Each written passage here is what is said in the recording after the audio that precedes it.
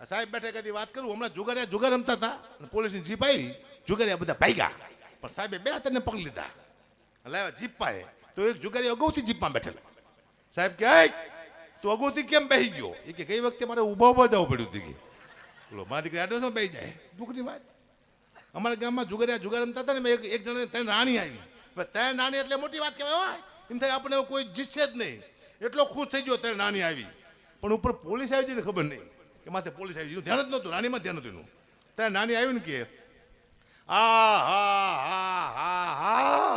આમ જોયું ઓહો મારા બાપ આવ્યા ઘણી વખત દુપરી છે દુઃખની વાત છે એક બુટલેગરનો જન્મદિવસ હતો તેને કે ગામમાં ઝાડવા વાવતો હતો એમાં કોઈએ પૂછ્યું શું છે ઝાડવા વાવું છું ગામમાં કેમ કે મારો જન્મદિવસ છે એક ભાઈ કે થોડાક પોલીસ સ્ટેશનમાં વાય સારું લાગશે તારું એ કે પોલીસ સ્ટેશનમાં ન વવાય કે કા એ ઝાડવા મોટા થાય પછી કે આપણને પકડાવે કે એ વાત છે અમુક જગ્યાએ ઝાડવા ન એટલે કે ઝાડવા આપણે માર ખવડાવે દુઃખની વાત છે પણ માર કરી ભયાનક દુઃખની વાત નહીં બેઠો શું વાત કરો હે એક ભાઈ મને કે ગુબા તમારી લુક બહુ સારી બધું લુક તારીમાં ભૂખમાંથી આવી છે અને ભૂખમાંથી જે વસ્તુ આવે ચોઈતા કાઢી નાખે મને ખબર છે દુનિયામાં ખતરનાક છે ભૂખ બેઠી છે બે અહીંયા સુધી પહોંચતા મેં કડિયા કામ કર્યા મેં ઘંટી ચલાવી મેં ગલામાં કામ કર્યા પાનના મેં હોટલમાં ચાલીને ગાબ્યું ધોઈ અહીંયા માંડ પહોંચ્યો છું હવે કોઈક મને પાડવાની કોશિશ કરી નખો જ ન કાઢી નાખું એ સાલો માંડમાં અમને પાડવો હા ઘંટી આગતો તો મારો ઓટો છે સરદારજી હિન્દી બોલતો મારો દીકરો હું ગુજરાતી હિન્દી એને ગુજરાતી ના આવડે મને હિન્દી ના આવડે એવા બે ભેગા થઈ ગયા હતા પછી મારા મિત્ર મળવા આવે એ મને હકાબા કહેતા પણ મારા કાકા આવે તો મને હકલો કહેતા હવે સરદારજીને હકલો ન આવડે મને આખલો કહેતા એ આખલો ને હકલો બરાબર ન આવડે ન જ આવડે દુઃખની વાત છે શું વાત કરો છો અમારી પાસે ઉપમા લાગે છે હકાબા ઘડ્યું તો સાહિત્યને બેતાબ બાદશાહ માયાભાઈ તો સાહિત્યને બેતાબ બાદશાહ ભીખુદાન ઘડ્યું તો સાહિત્યને બેતાબ બાદશાહ અમારી ઉપમા છે એમ રજૂ કરી એમ કે હવે હકાબા ઘડ્યું આવશે જેને સાહિત્યનો બેતાબ બાદશાહ કહેવાય હું ગોધરાઈ ગયો અહીંયા મને અલગ ઉપમા આપી લોકોએ હકાબા ઘડી આવ્યા છે જેને સાહિત્યનો સાંઢ કહેવાય કે ભાઈ સાંઢ નો કહેવાય બાદશાહ કહેવાય એ કે અમારા ગામમાં સાંઢ મોટો હોય 1 કલાક સાંઢ થઈને બોલ્યો અહીંયા પછી જો સાસણગીરમાં રજૂ કર્યો પણ રજૂ કરતા આવડ્યો જ નહીં એ કે હવે આપણે હકાબા ઘડીને સ્ટેજ માથે રમતા મૂકી કે બીજું પેલા હું મેળીમાંનો બોકડો છું જરા રજૂ કરો દુઃખની વાત છે મારે કરવી પડશે ભયાનક આવી જીવનમાં ઘટનાઓ મારા જીવનમાં બહુ બને અને હું મારા પરિવાર માથે જોક કહું છું પરિવારમાં એટલે મારા માથે મારા દીકરા માથે બીજું ન આવે કે આમાં પાછું બે જ પાત્ર આવે બીજા પાત્રને કહું તો સારા જોક્સ આવે મારા અમુક જોક્સ એવા આવે છે તમારી માટે મોટા મેસેજ બની જાય છે આ જોક્સ હું હર જગ્યાએ કહું છું કદાચ કોઈના મગજમાં ઉતરી જાય કોઈ બાપના કોઈ દીકરીના આ સત્ય હકીકત છે મારા નવા લગ્ન થયેલા મારો 1200 રૂપિયા પગાર 25-30 વર્ષ પહેલાંની વાત કરું છું અને મારી નોકરી તૂટી ગઈ હું રોડ માથે આવી ગયો એમાં મારા સાડાનો ફોન આવ્યો કે જીજી બહુ બીમાર છે જીજી એટલે મારા સસરા મેં સસરાને જીજી કહી જીજી બહુ બીમાર છે તાત્કાલિક આવી જાઓ દીકરીને મોઢું જોવું હોય તો બાપનું કદાચ તમે આવશો એ પહેલાં જીજીને કાઢી જવા પડે મને પાસે પૈસા હતા નહીં મેં 800 રૂપિયા ઉછીના લીધા મેં દીકરીને બાપનું મોઢું છેલ્લી વાર દેખાડી દઉં હું જો જીજી હોતેલા બેભાન થઈને હલે ચલે મેં દીકરી કે જીજી આંખું ખોલી મારા સીધા 800 રૂપિયા જ્યાં જીજી હાજા થઈ ગયા હું પાછો આવતો રહ્યો અઠવાડિયા પછી પાછો ફોન આવ્યો કે કદાચ તમે આવો તો જીજીને કાઢી જવા પડે છેલ્લી વાર જો દીકરીને બાપનું મોઢું જોવું હોય તાત્કાલિક હકાબા આવી જાઓ મેં બીજી વાર રૂપિયા 800 ઓછીના લીધા હું જ્યો જીજી હોતેલા બેભાન થઈને હલે ચલે જાણે મરી જેલી ઘો પડ્યું એમાં મેં દીકરી કે જીજી આંખું ખોલી 800 મારું 100 રૂપિયાનું બોચવાઈ ગયું પાછો આવતો રહ્યો 1 મહિના પછી છેલ્લો ફોન આવ્યો છેલ્લો ફોન હતો કે જીજીના મોઢામાં તુલસીના પાન નાખી દીધા છે જીવ દસમાદાર વહી ગયો છે હકાબા તમે આવો એ પહેલાં જીજીને કાઢી જવા પડે છેલ્લી વાર જો દીકરીને બાપનું મોઢું જો હોય તાત્કાલિક આવી જાઓ મેં ત્રીજી વાર રૂપિયા 800 ઓછના લીધા ને દીકરી લઈને હું જો જામનગર જીજી હોતેલા બેભાન થઈને હલે ચલે મેં દીકરી કે જીજી આખું ખોલીને મારું મગજ જ્યું મેં જીજી તમે નહીં મરો હું ભાડા ખર્ચીને મરી જઈશ આજ મરો કાલ મરું મરી જાઓ મરી ગયા મને યાદ છે મેં કીધું ને તરત જીજી મરી ગયા પણ સાહેબ મુદ્દો શું હતો, મેં પહેલી વાર એક દીકરીની તાકાત જોઈ તે દિવસે. બાપને 3 વખત જીવતો કર્યો. મરી ગયા પછી કોઈ બાપને જીવતો કરે દુનિયામાં તો એક જ પાત્ર છે, માત્ર ને માત્ર દીકરી, જે મરી ગયા પછી બાપને જીવતો કરી નાખે. 500 ગોમાંથી દીકરીઓને ખબર પડે કે મારો બાપ બીમાર છે, બધાય કામ મૂકીને આવે એવું પાત્ર હોય તો માત્ર ને માત્ર દીકરી. બાપને આંખમાંથી 2 આહુડા પણ જેની છાતી થડકો લઈ જાય એવું પાત્ર હોય તો માત્ર ને માત્ર દીકરી. 2 થાપા દઈ લગ્ન કરીને ઘરની બહાર નીકળી ઘરમાં અંધારું થતું એવું લાગે. સાચું જેવું પાત્ર હોય તો માત્ર ને માત્ર દીકરી. આનો મને અનુભવ છે. મારી 2 દીકરી છે, મને રોજ ફોન કરે છે, પપ્પા પહોંચી જા, ગાડી ધીમી હાંકજો, ઊંઘ આવે તો હોઈ જાયજો. આને કહેવાય દીકરી. ચિંતા કરે રોજ મારી. પછી મારા દીકરાનો ફોન આવે છે, પપ્પા લેતા આવજો. શું ખટારો? ભલે પપ્પા તમે આખા ખટારા ઘૂસી જાઓ ગમસાના, તમને ઘૂસી જો એમ. આને કહેવાય દીકરો. બાપાએ જેની કોઈ ફરમાઈશ ન હોય દીકરી કહેવાય, અને ફરમાઈશ માથે ફરમાઈશ કરે દીકરો કહેવાય. સાચા જેવું પાત્ર હોય દીકરી. હે વાણિયા હે જાઓ ના, એ તો બાળક છે. કોને માની લો જાઓ કરી દઈશો લાસ્ટમાં. જાઓ પિંગાડ કેવા બાળક પિનાંગ મહારાજ વિચાર કરો. મોટા ઓર્ગેનાઇઝર છો આમાં ખતરનાક. જાઓ મારે વાત કરી તો દુનિયા તમને ઓળખશે કેવી? હું બોલીશ તો ઓળખશે કે હા પિનાંગ મહારાજ છે દુનિયામાં. હા આ સંસ્કૃતિ છે. આપ બેઠા હો આમાં મારે અમુક રાજપૂતીના રાહાડા પણ ગાવાના હો, મને ખબર છે દરબારોના એકાદા 2 સંભળાય. પણ આ સંસ્કૃતિ છે. એમાં મા બેન ભાઈ આખો પરિવાર બેન સાંભળી શકીએ. આપણે ઘરમાં ટીવી છે, વિકૃતિ છે. આપણી દીકરી ટીવી જોતી હોય તો બાપ ઊભો થઈ જાય, બેન ટીવી જોતી હોય તો ભાઈ ઊભો થઈ જાય. શું કરવા? એક પણ એવો સીન ટીવીમાં નથી આવતો જે આખું પરિવાર બેન આપણે જોઈ શકીએ. એવી એડવર્ટાઈઝ એવી જાહેરાત પણ નથી આવતી આખું પરિવાર આપણે સાથે જાહેરાત જોઈ શકીએ. માત્ર ને માત્ર કોઈ સંસ્કૃતિનું સાનિધ્ય હોય આ ડાયરો, આમાં મા બેન ભાઈ આખું પરિવાર સાંભળી શકીએ. પણ ધીમે ધીમે આમે બધું બદલાવ માંડ્યું છે. આમાં લોકગીત રાહાડા દુવા છંદ બધું બદલાણું. એકાદી લાઈન તમને સંભળાવું. કેવા આપણા લોકગીત હતા. લોકગીત જવા દો, આપણા ગુજરાતી ગીતની 2 તમને લાઈન સંભળાવું. એમાં કેવી તાકાત હતી ગુજરાતના ગીતમાં.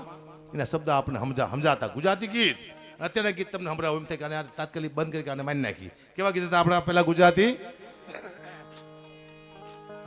હે તમારા દલડા ને વારો મારા રે હમ માનો જી રે.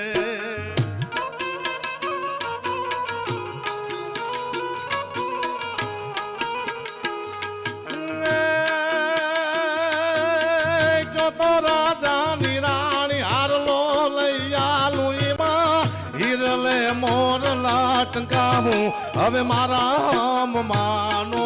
જી રે.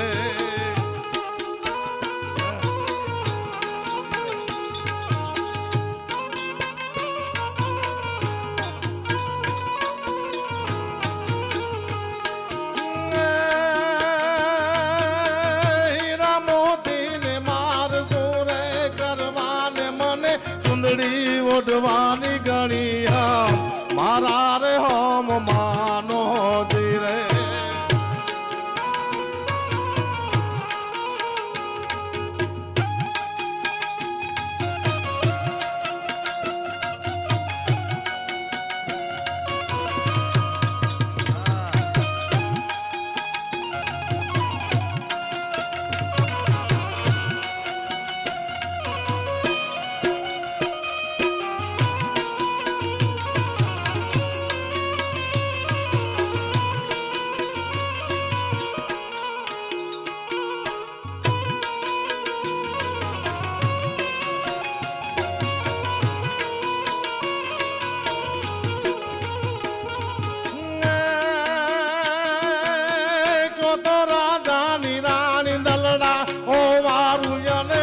પલમાં પાથરું પ્રાણ મારા રે હમ માનો જી રે.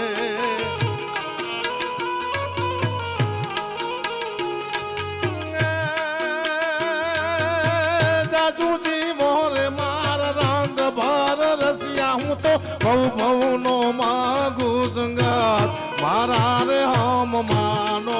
જી રે. તમારા દલડાને તમારા રોદિયાર હે તમારા મનડાને વારો મારા રે હમ માનો.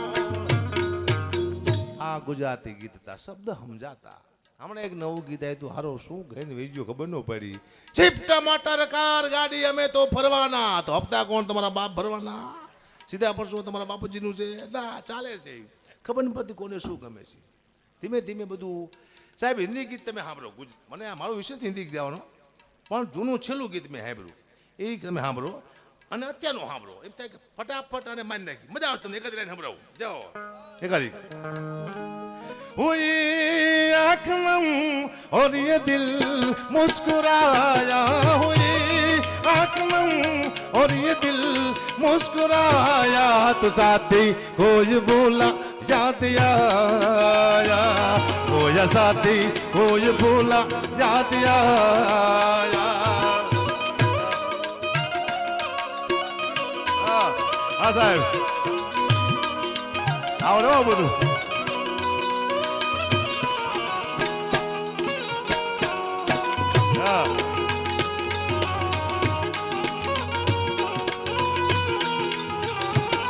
मोहब्बत का जब भी कहीं जिक्र आया मोहब्बत का जब भी कहीं जिक्र आया तो साथी कोई बोला याद आया कोई साथी कोई बोला याद आया આ ચલું ગીત મેં હેબ્રુ હમણાં એક નવું ગીત આવ્યું હતું કોને ખબર નહીં પડે હું કહીને વહી ગયો તમે બધા હેબ્રુ હોય છે મેં એસા ક્યું હું તારી માને પૂછ હરામખોર અમને ખબર તું આવો હરામખોર કેમ છું હાલી જાય છે દુનિયામાં કોને શું ગમે મને હજી ખબર નથી પડી એવી વસ્તુ હાલી જાય દુનિયામાં બધા હેબ્રુ હોય છે કેવું આવ્યું હતું અબજો માણસને જોયું એમાં કોઈ સમજ્યું એનો મતલબ શું થાય કે કોઈને ખબર જ ન પડી એ વસ્તુ એવી હતી ચીક ટપાક ડમડમ આટલું જ આવ્યું હતું લોકોએ જોયું છે ચીક ટપાક ડમડમ અમે ઘટવી ડમાક ડમડમ કરીને મરી જાય સારું અમને કોઈને ખબર હતું અને ચીક ટપાક ડમડમ હાલી ગયું દુઃખની વાત છે પણ મારે કરવી પડશે પણ રાજપૂત સમાજ બેઠો એકાદી લાઈન સંભળાવું જેને બલિદાન આપ્યા દેશ માટે શું કરીએ કે રાજપૂત દેશ માટે રાજપૂતમાં જે બલિદાન આપ્યા જે વીર પુરુષે એ એક સમાજ નહોતા બધા સમાજના હતા એને ધર્મ માટે હિન્દુ તત્વ રાખવા માટે પોતાના બલિદાન આપ્યા થોડું જીવા પણ સારું જીવા એકાદી લાઈન તમને સંભળાવું હે પાઘડી વાળા એ ભલે પાઘડી જીવા આગળી મારું નામ મર જેવા પાઘડી વાળા ભલે જીવા પાઘડી વાળા હા કરણ્યા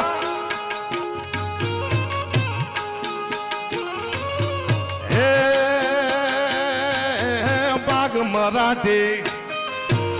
પાઘ મરાઠી નામ શિવોજી હિન્દ નો રાખણ હાર મર જેવા પાઘડી વાળા ભલે જીવા પાઘડી વાળા જય ભવાની જય ભવાની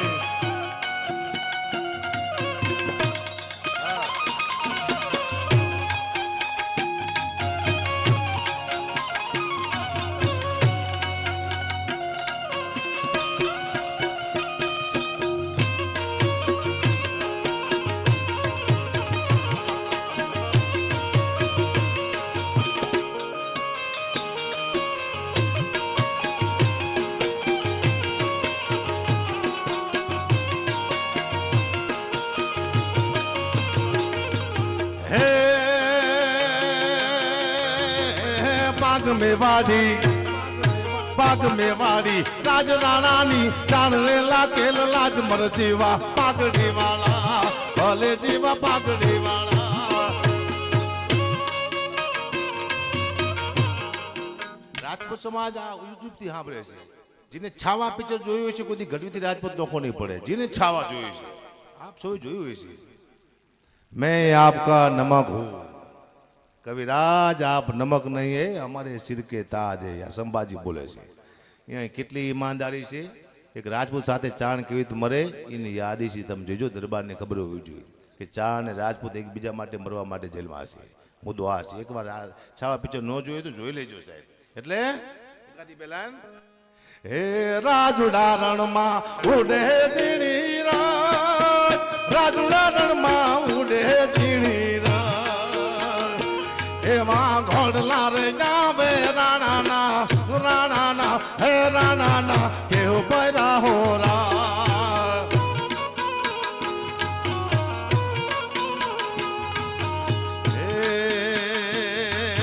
તાર ઘોડા નહીં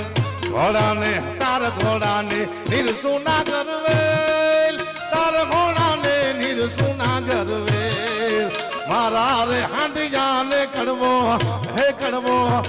કડવો લીમડો યામર સાંગ મારી જાવ યામર સાંગ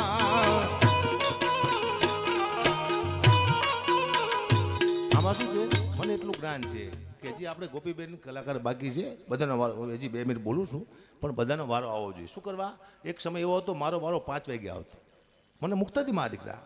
એમ કહેતા કે અકાબા ગઢવી બહુ સારું બોલે છે આપણે સાંભળવા છે પહેલાં આવે આશાબેન કારેલિયા હું બેઠો હોય પાછું આવે અકાબા ગઢવી તો બહુ જ કલાકાર સાહેબને સાંભળો એક જિંદગીનો લાવો કહેવાય આવે સુખદેવભાઈ ગઢવી મને તો મૂકે જ નહીં હું કીધું સાંભળવાય ખબર ન પડે બને મારો વારો 5 વાગે આવતો બાપુ કોઈ ન હોય હું એકલો જોઈશ લે વહેલો પાછા કહેતા હકાબા ગઢવી આવ્યા છે ઉગતા કલાકાર છે એને આપણે સાંભળી ત્યારે હું કહેતો કે ઉગતા કલાકારને દી ઉગે ન મૂકો તમારો બાપ હાથમી જાય છે પણ મારા દીકરા દી ઉગે જ મૂકતા પણ બહુ દુઃખ પડ્યા છે આમાં પણ અમારા શું મેહુલભાઈ કલ્પેશભાઈ એને એક લાઈન લીલું મા ભગવતીની માં કેવી હોય હે માં કેતા મળજો મન માં કેતા મળજો મોગલ માં કેતા મળજો મોગલ માં કેતા મળજો મન માં કેતા મળજો માં કેતા મળજો મન માં કેતા મળજો મન માં કેતા મળજો મન માં કેતા મળજો મારા હૃદય કાયમ રહેજો મને ખમા ખમા કહેજો મારા હૃદય કાયમ રહેજો મને ખમા ખમા કહેજો હા માં કેતા મળજો મન માં કેતા મળજો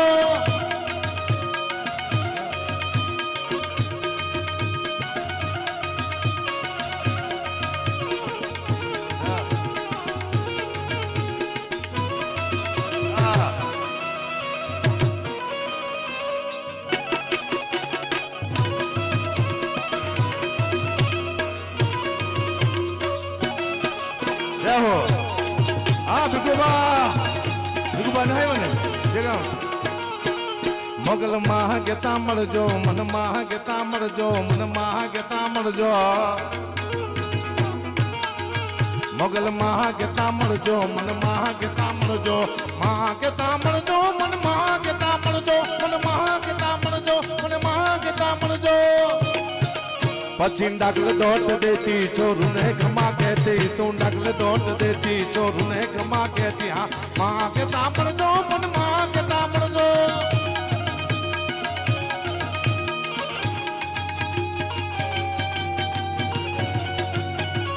जय मोगल जय मोगल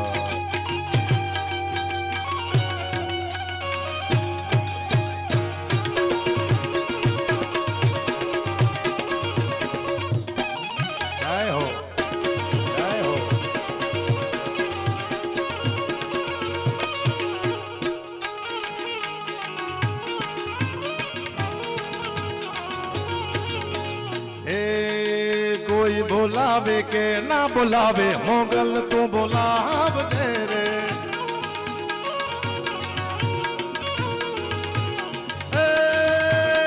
पोताना एक दी थई गया पार का हर हाराना यमे करी लीधा पार का पोताना एक दी थई गया पार का हर हाराना यमे करी लीधा पार का कोई चलावे के ना चलावे मोगल तो चलावजे रे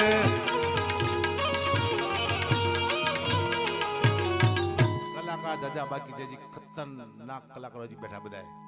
હું હજી પાછો આવે છે આયા 1 કલાકના બધાના રાઉન્ડ હોય કારણ કે 1 કલાકથી વધુ ગયે ને એનું પૂરું થઈ જાય જીવનમાં માપે હોવું જોઈએ જય હો એક મિનિટ ઉપર જાઓ કંઈક બોલતા નહીં સોમનાથ મંદિરના જીર્ણોદ્ધાર પ્રસંગ આ શું ગાવાનું હોય બોલવાનું ગાવાનું ને ગાવાનું ને બોલવાનું છે સોમનાથ મંદિરના જીર્ણોદ્ધાર પ્રસંગે 1000 રૂપિયા આવે છે બરોબર ને ભાઈ જોરદાર તાળના કરજો દાઓ ધન્યવાદ લઈ લો પૈસા મને ગમતા જ નથી પણ પાછા ભાઈ હિતેશભાઈ પ્રજાપતિ બહુ સારા સાહિત્યકાર છે એને ઘણું બોલું પણ બોલતા નથી શું કરવા સંચાલન કરે છે અને બહુ સારા સાહિત્યકાર છે તો એમને કહું કે આ પધારો અને તમારે જે કલાકાર રજૂ કરવા હોય પણ હવે એક જ છે ગોપીબેન, એને જ કરવાનું હોય, કે હાલે જ નહીં. તો ભાઈને કહું પધારો અને જોરદાર તાળના કરતી વધાવો પ્રજાપતિ સાહેબને, અદ્ભુત સંચાલન કરે, શોર્ટ એન્ડ સ્વીટ. આને કહેવાય સંચાલન. મારા દીકરા કલાક ખાઈ જાય, કોઈને વાળો ન આવતો. આ શોર્ટ એન્ડ સ્વીટ પ્રજાપતિ કરે. શેક વહી ગયા. જય હો. હા, દુઃખની વાત તમે કરજો. આ જય હો, જય માતાજી, જય હો.